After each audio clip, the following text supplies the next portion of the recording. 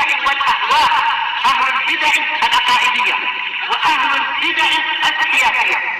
نقول بيننا وبينكم السلف، بيننا وبينكم الكتب، كان فيقول البدع بيننا وبينكم. الحمد لله حمدا كثيرا طيبا مباركا فيه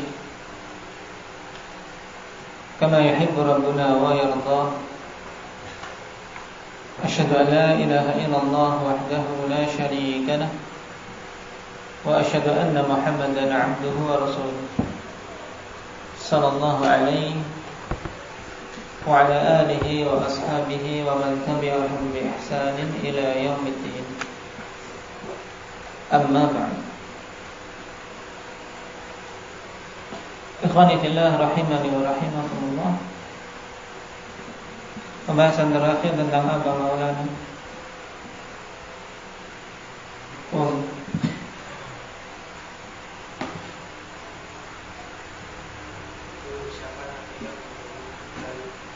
Siapa Nabi yang membunuh Jalut yang kafir? Siapa? Daud. Siapa yang memimpin pasukan Nabi Daud saat itu? Talut. Nah, kejadian ini setelah kejadian Nabi Musa atau sebelum? Sebelum. Apa dalilnya?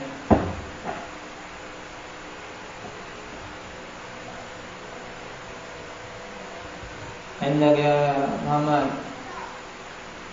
sebelum Nabi Musa atau setelah Nabi Musa?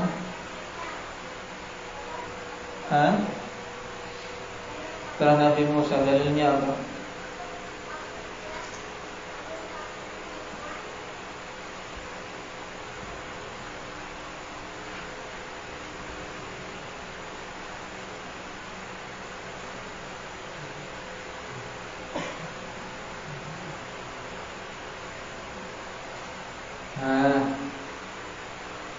Hendak Zaid, sebelum atau setelah?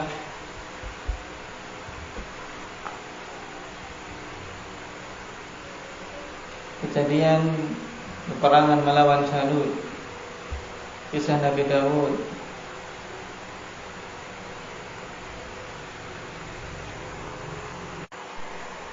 Taib disebutkan di awal kisah. Alam tara ilal mala'i min bani Israila min ba'di Musa. Nah, jadi jelas bahasanya kisah yang disebutkan ini adalah setelah Nabi Musa alaihi salatu wassalam, yaitu zaman setelah Nabi Musa. Jelas.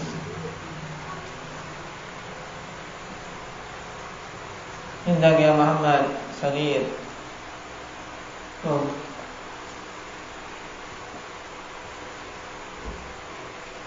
Apa pekerjaan Nabi Allah Daud yang dengannya beliau mendapatkan hasil untuk beliau makan?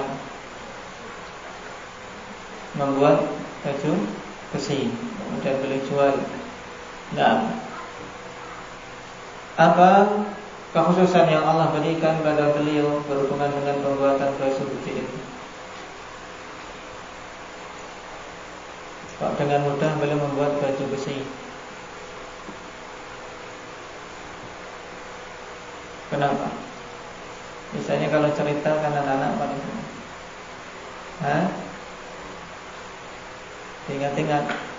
Kenapa? Dulu tidak ada mesin, tidak ada grinder. Terus gimana bikin baju besi?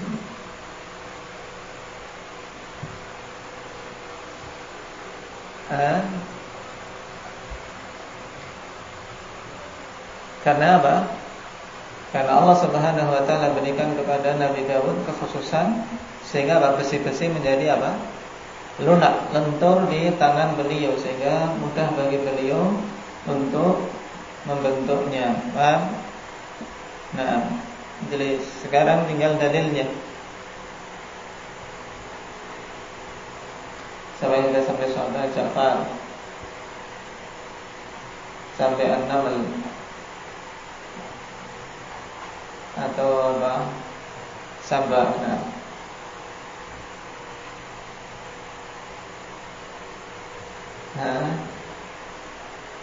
Indah ya Umar.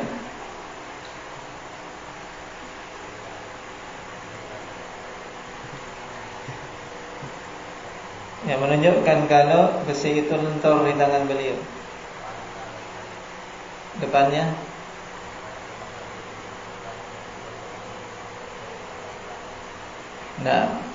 baik. Allah Subhanahu wa taala lembutkan hadid, lembutkan besi di tangan Nabi Daud. Wa alanna lahul hadid.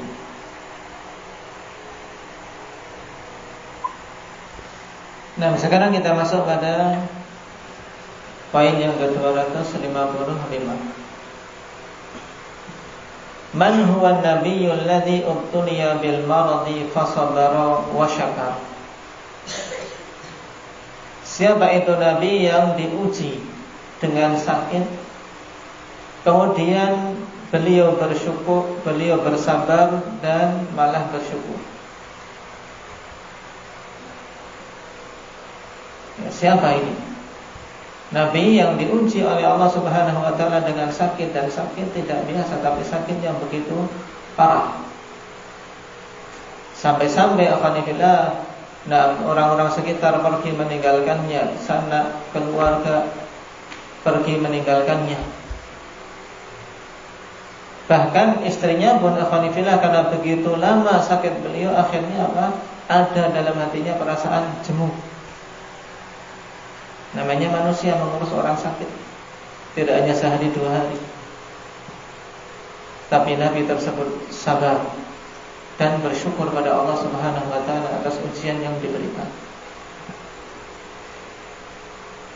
Dan ini tingkatan yang paling tinggi dalam menerima ujian alhamdulillah, yaitu tingkatan syukur terhadap apa yang Allah Subhanahu wa taala ujikan.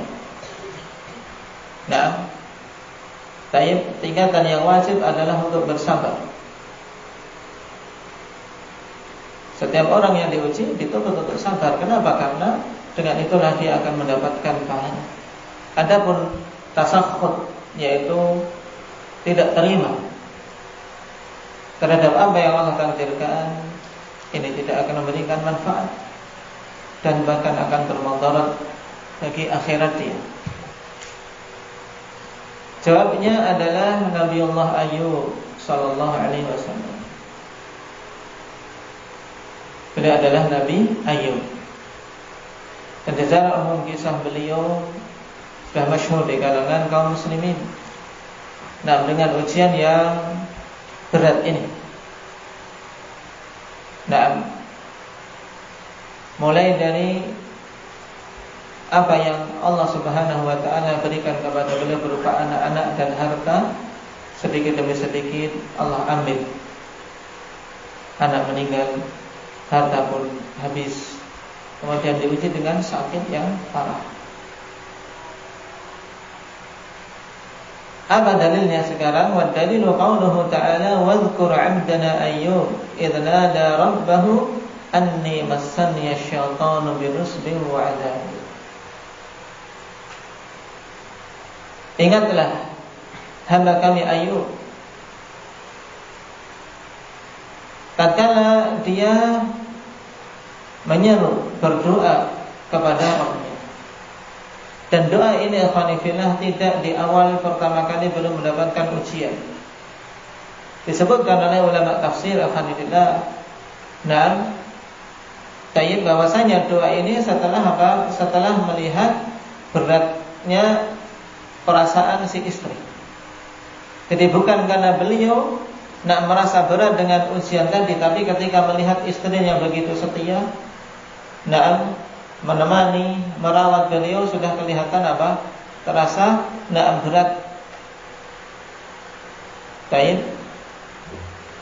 Bahkan ada hal yang menjadikan Nabi Ayyub saat itu marah sampai-sampai ingin untuk mencambuk istrinya, untuk memukul istrinya. Makanya nanti dalam kelanjutan kisah yang disebutkan dalam ayat-ayat ini, nah Allah Subhanahu wa taala perintahkan untuk menggugurkan sumpahnya dengan memukulkan kumpulan dari rumput, sehingga tidak terlalu menyakitkan bagi si istri. Dengan jumlah pukulan yang beliau tadi bersumpah untuk memukul istri.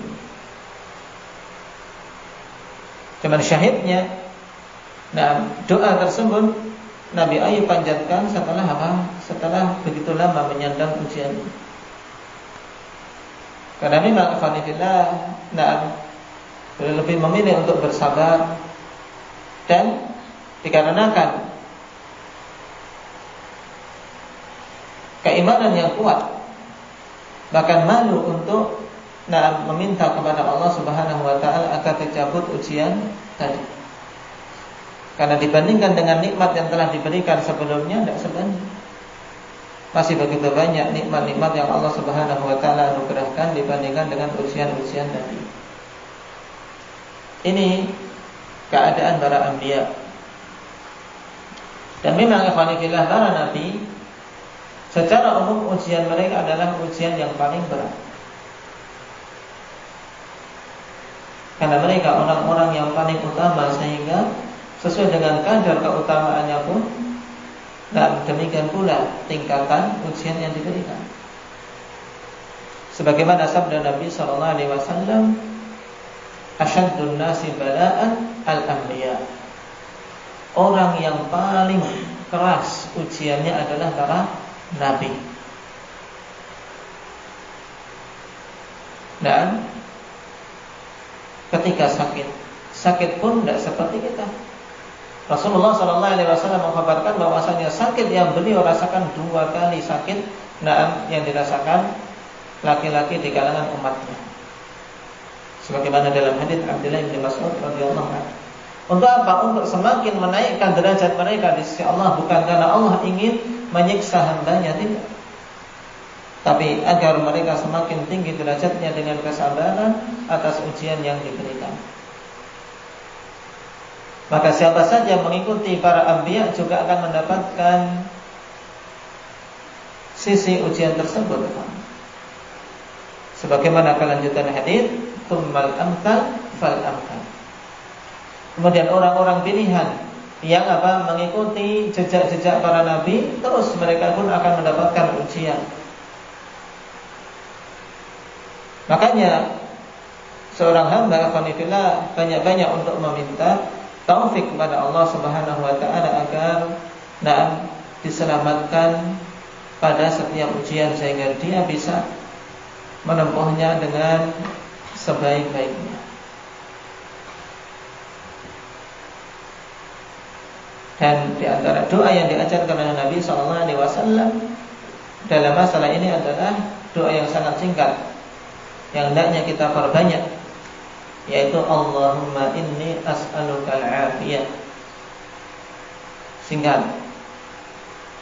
Datang paman beliau Abbas bin Abdul Muttalib bertanya kepada keponakannya, yaitu Nabi kita Muhammad sallallahu alaihi wasallam, "Ya Rasulullah, 'allimni du'aan ad'u bih." Wahai Rasulullah, ajarkan kepadaku satu doa yang aku akan berdoa dengannya. Maka Nabi mengajarkan, ya Abbas, salillah al-afiyah. Mintalah al-afiyah, mintalah keselamatan. Karena kalau seorang diberi al-afiyah, qanifillah, selamat, maka dia akan ya selamat. Selamat dari semua hal-hal yang mencelakakan dan yang tidak diinginkan di dunia maupun di akhirat. Makanya hari-hari kita jangan sampai lalai dari meminta al-afiyah tadi. Apa doanya tadi? Aba Abdul Razak, Allahumma inni as'aluka al-afiyah. Dan dalam zikir pagi dan petang juga Nabi SAW contohkan dan lebih panjang. Allahumma inni as'aluka al-afiyah fid dunya wal akhirah. Allahumma inni as'aluka al-'afwa wal 'afiyah fi dini wa dunyai wa ahli wa mali ila akhiril hadis. Ini juga dihafal. Sudah sering diingatkan bagi yang belum menghafal, segera dihafal dan diamalkan. Karena kita tidak tahu alhamdulillah ujian yang Allah Subhanahu wa taala tetapkan. Tapi kalau seorang diberi al-afiyah, maka dia akan selamat pada setiap ujian tersebut. Kita kembali kepada Nabi Allah Ayub. Nah, tatkala telah lama alhamdulillah menyandang ujian berupa sakit tersebut, kemudian dia berdoa kepada Rabb-Nya, "Anni massaniya syaitanu binusbin wa adab." Naam, ya Allah, sesungguhnya aku tertimpa kejelekan dari syaitan dengan adanya kepayahan dan sakit daripada jasadnya.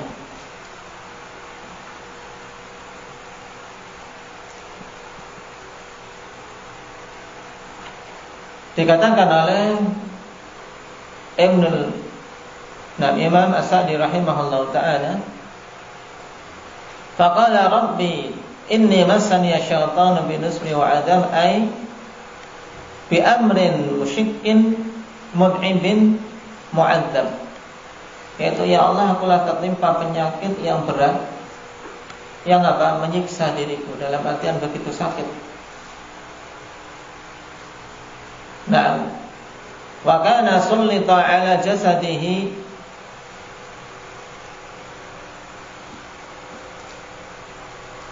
fanufikha fi hatta taqarraha thumma taqayyaha ba'da dhalik washtadda bihi al-amr wa kadzalika halaka ahluhu wa maluhu.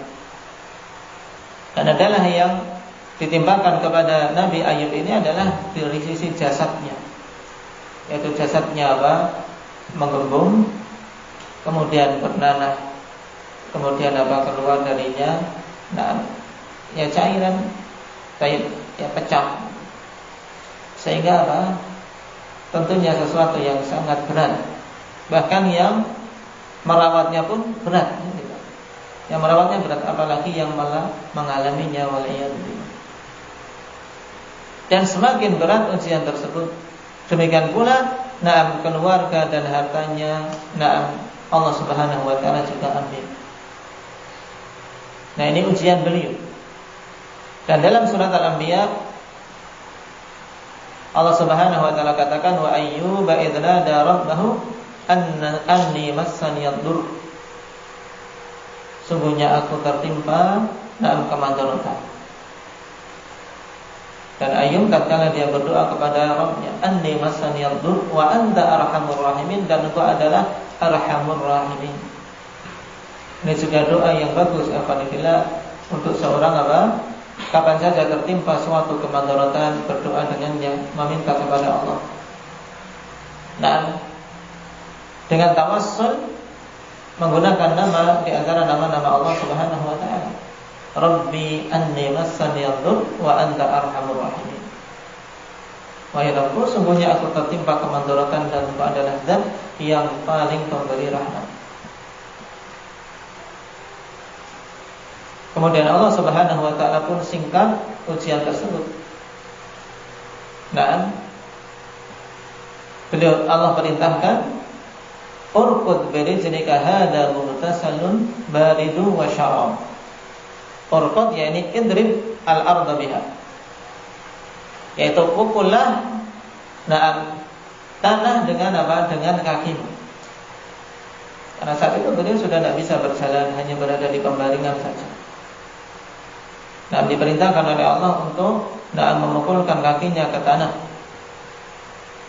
Liyamba'alaka minha 'ainun tagtasilu minha wa tashrab, sehingga muncul darinya mata air, kemudian engkau mandi dari air tersebut dan meminumnya.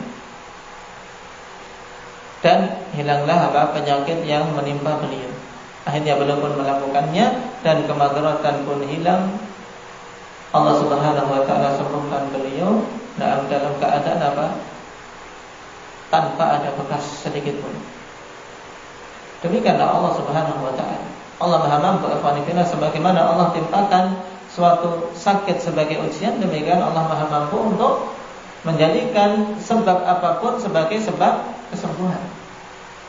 Maka seorang kapan saja mengalami sakit, mintalah kesembuhan pada Allah Subhanahu wa taala. Sisi ini yang pada zaman ini banyak manusia lalai. Nah, banyak manusia lalai untuk meminta kesembuhan pada Allah Subhanahu wa taala. Akhirnya apa? Nah, banyakkan sakit ya bergantungnya pada obat, pada dokter. Nah, apalagi dengan adanya BPJS yang biasanya sudah nahan dulu. Kalau orang nahan tidak punya duit, kadang tawakalnya lebih besar. Ya tidak, berharap pada Allah untuk bisa sembuh. Ketika ada BPJS sedikit saja berangkat ke rumah sakit. Nah, tidak ada sisi rasa harap minta kesembuhan pada Allah setinggi ketika dia tidak seperti itu.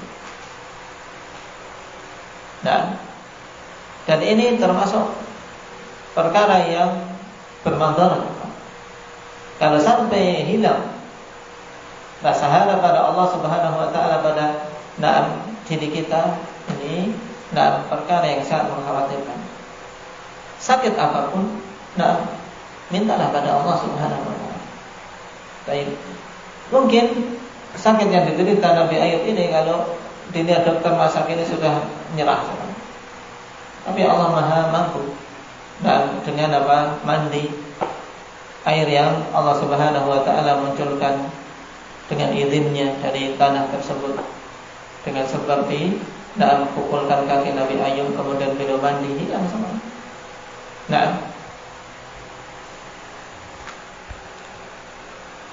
Dan sebagian akhwanillah kemarin sempat bertemu dan sebagian ikhwah dengan ayat ini, sebagian manusia akhwanillah beristimbat, kemudian muncul metode pengobatan, metode pengobatan yang lagi ngetren saat ini, pengobatan akhir zaman. Metode pengobatan akhir zaman, karena dia ketika awal-awal sebelum itu dia ingat urkut birijlik, ada apa dengan kakinya. Akhirnya dipikir-pikir, di tungkaknya itu ternyata ada hubungan yang banyak dengan masalah peredaran darah.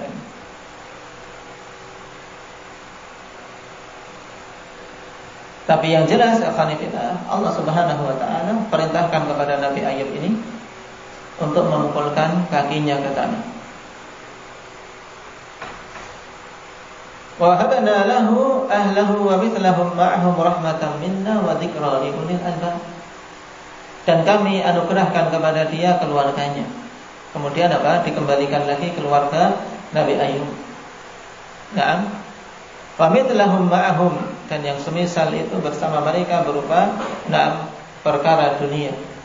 Jadi Allah berikan anak-anaknya kembali, dan Allah berikan harta kembali. Sebagai bentuk rahmat dari kami, rahmatan minna. Kemudian akhwanillah wa dzikra li ulil albab, dan sebagai pelajaran bahwasanya Allah ketika membenci seorang hambanya akhwanillah bukan karena Allah ingin mengazab dia kalau dia adalah orang beriman, tapi untuk menguji keimanan dia mau kembali kepada Allah dan bersabar tidak. Nah, inilah yang harus ada pada diri kita akhwanillah sebagai seorang mukmin, untuk husnudzan pada Allah Subhanahu wa taala, bersabar atas ujian yang ditimpakan dan berharap jalan keluar darinya serta pahala. Nah, kapan saja seorang sakit, ingat sakitnya Nabi Ayub, karena sungguh sakit yang diderita oleh orang-orang yang datang setelahnya mungkin tidak separah dan seberat yang beliau rasakan. Nah, ujian pun demikian, anak semuanya Allah ambil. Kemudian harta yang tadinya melimpah ruah Allah ambil. Dan keadaan sendiri dengan istri, kemudian sakit dan dihina oleh manusia sekitar sehingga harus dikucilkan. Nah, tapi ingat, ini semua Allah ceritakan wa dzikra li ulil albab, sebagai pelajaran. untuk ulul albab, orang-orang yang memiliki akal dan pikiran sehat. Ambil pelajaran dari kisah-kisah para nabi tersebut. Kemudian Allah katakan wa khudh bi yadika dhighfan fadrib bihi wa la tahnat inna wajadnahu sabiran ni'mal 'abdu innahu awwab.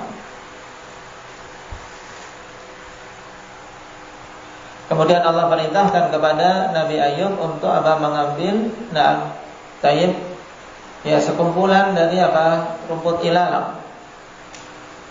Kemudian pukulkanlah dengan kumpulan ilalang tadi, dan jangan engkau ingkari janjimu. Ulama ahli tafsir Al-Hanifiyah menyebutkan bahwasanya ketika beliau sakit dan tayyib dengan sakit yang parah tadi, suatu ketika Nabi Ayub marah terhadap istrinya dan bernadar, jika Allah sembuhkan aku akan memukulnya 100 kali pukulan.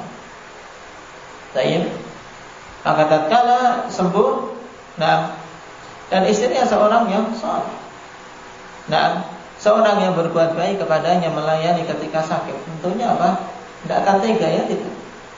Dulu sudah merawat ketika sakit, ini sudah sembuh mau dicambuk, dipukul 100 kali. Akhirnya Allah Subhanahu wa taala berikan jalan keluar. Dengan Ya, kumpulkan 100 ilalang, kemudian sabutkan sekali, hitungannya kan pukulan 100 kali. Ini jalan keluar yang Allah Subhanahu wa taala berikan, sehingga sehingga beliau tidak mengingkari janjinya. Inna wajadnahu sabiran ni'mal 'abdu innahu awwab. Sungguhnya kami dapati dia seorang hamba yang bersabar. Bersabar tatkala diuji. Dan sebaik-baik hamba adalah hamba yang senantiasa kembali kepada Allah Subhanahu wa taala. Al-awwab, yaitu hamba-hamba yang senantiasa kembali pada Allah pada urusan-urusan dia. Ketika senang dia kembali pada Allah, mengembalikan nikmat itu asalnya dari Allah. Ketika sedih juga kembalikan pada Allah. Bahwasanya akan menghilangkan kesedihan itu ya Allah SWT. Dan seterusnya. Kalau seorang muslim seperti ini keadaannya, maka dia senantiasa di atas kebaikan. Sebagaimana sabda Nabi sallallahu alaihi wasallam, "Ajaban li amril mu'min, inna amrahu kullahu lahu khair." Sungguh menakjubkan perkara orang yang beriman, karena semua perkaranya adalah bagus. Tidak ada kalau dia beriman perkara seorang mukmin itu jelek, tidak ada. Semuanya bagus.